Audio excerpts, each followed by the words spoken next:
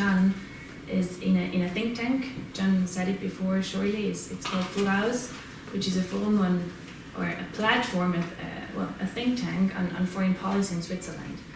And this might not be the very natural link to sustainability and fintech just by itself. And I was asked a bit to give you a bit the story of where we are, and then kind of focus on another topic that is kind of at the moment at least very much in time, which is more the sustainability in climate and natural resources, and how this has evolved in Switzerland now and in the whole financial industry, but also with particular focus on fintechs. So, Leah, you said before, like sometimes the banks, they don't see the business, especially if they would be kind of, if their customers would be someone with very, very little money or just very low means. And I would say a very similar issue was with climate. So they didn't see the money for a long time of why they should invest in companies developing, for example, a solar power plant or some very small wind power plant, or why they should give money to retail customers aiming to buy an air conditioner that is more energy efficient than the one that is the cheapest one. They didn't see the business. It was like too much, like too little projects, too much spread around, and not really easily accessible for big banks, let's say. And this has changed. This has changed a lot over the last 20 years, and I would say because of two reasons. One, because they've been challenged, like you said before, by fintechs, by small companies, by startups, saying, well, if you don't kind of like to fulfill the amount of customers who want to invest really in some specific areas, we'll do it. We'll do it much easier with technologies, like online online investing tools where you can explicitly choose or exclude certain areas or assets, let's say. And they've also been, forced to change, or they're being forced to change at the moment because of regulation and policy making. So at the moment, a lot is going on in terms of what should be made kind of openly available to customers as information about climate risks, for example, about ESG risks. Whenever you're going to a bank now in Europe, you will receive much more detailed information on like the assets the bank is going to invest in, or not now yet, but it's going to start, so they just changed the regulation. And this is, of course, forcing the big players, the ones like the traditional financial industry, to change as well. And now you maybe see the link a bit to why Foraus is interested in those questions as well, because for Switzerland, the financial industry is super important. I guess you all know that. It's a kind of substantial share of its GDP that is within the financial industry, I would say. And of course, those players have to move. Like they see now something is changing, and they have to act as well. And what you could maybe say there is, I think 3 years ago when we started working at it at Foraus, it was basically me being the coordinator of the environmental program that works very broadly on climate issues and the environment. After the Paris conference on climate change, there was this one article in the Paris Agreement saying that all financial flows have to be somehow aligned with with the target of not having global warming more than 2 degrees. And while back then it was kind of a sentence saying, okay, we have this in there, whatever the financial industry has to do, within the last few years it has become much more clear that this means a lot. It actually means a lot. Like, we basically have to know first what is the impact of the financial industry on the climate by their investing in the dirty or in the green firms, by engaging as investors with those firms and so on. And this has induced players all around the world to start thinking about the financial regulation we have in terms of sustainability.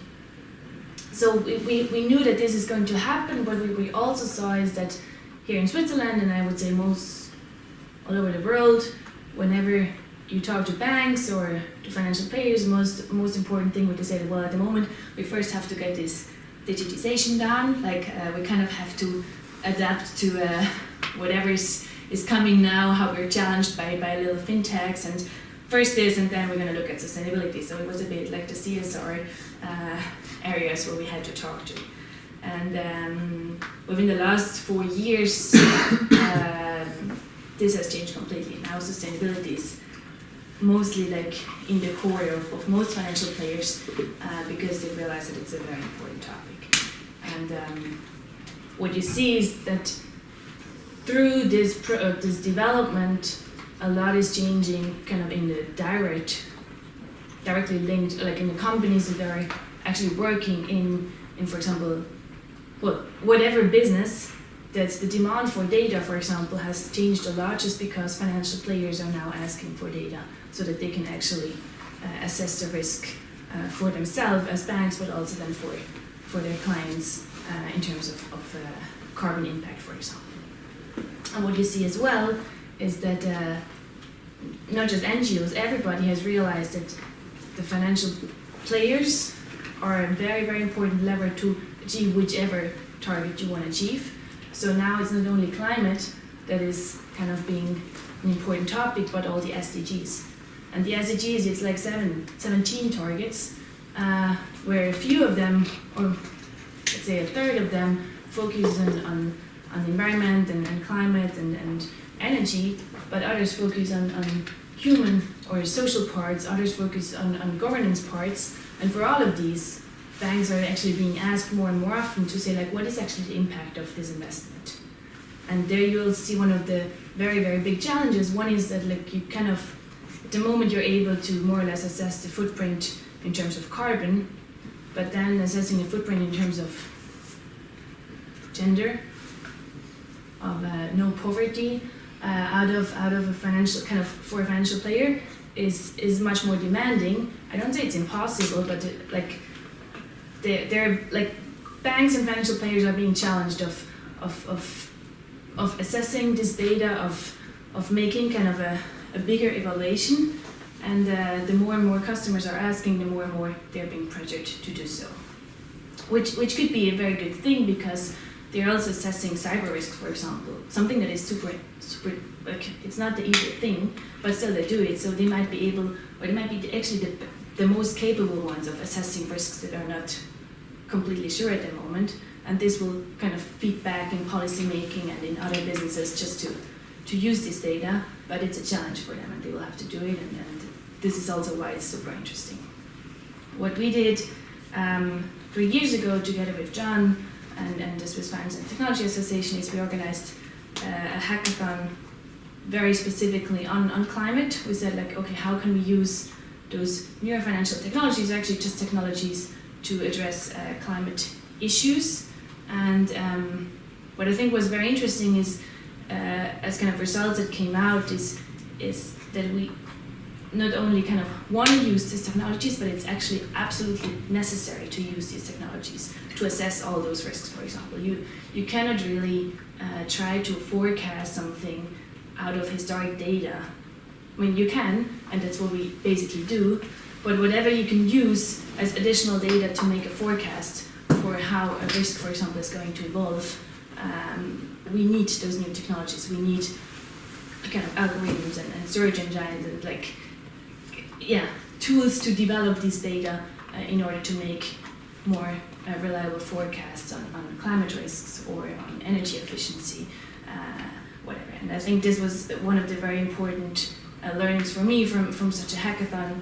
Even if you don't know to code yourself or whatever, there's like much more around this topic that is now being brought to financial players to work with. So they're not just a financial player anymore, they're basically a tech company, they're basically a data company now.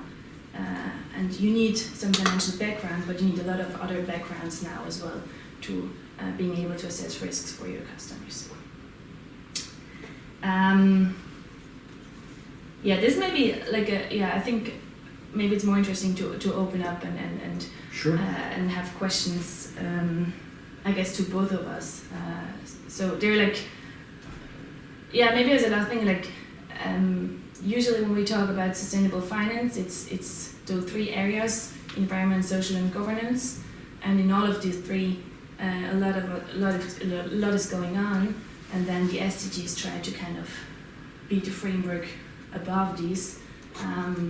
The ESG rating itself, or the ESG criteria, is super diverse. It really depends which company you're looking at, and then which type of catalog for assessing ESG is taken, which is another challenge, I would say, at the moment for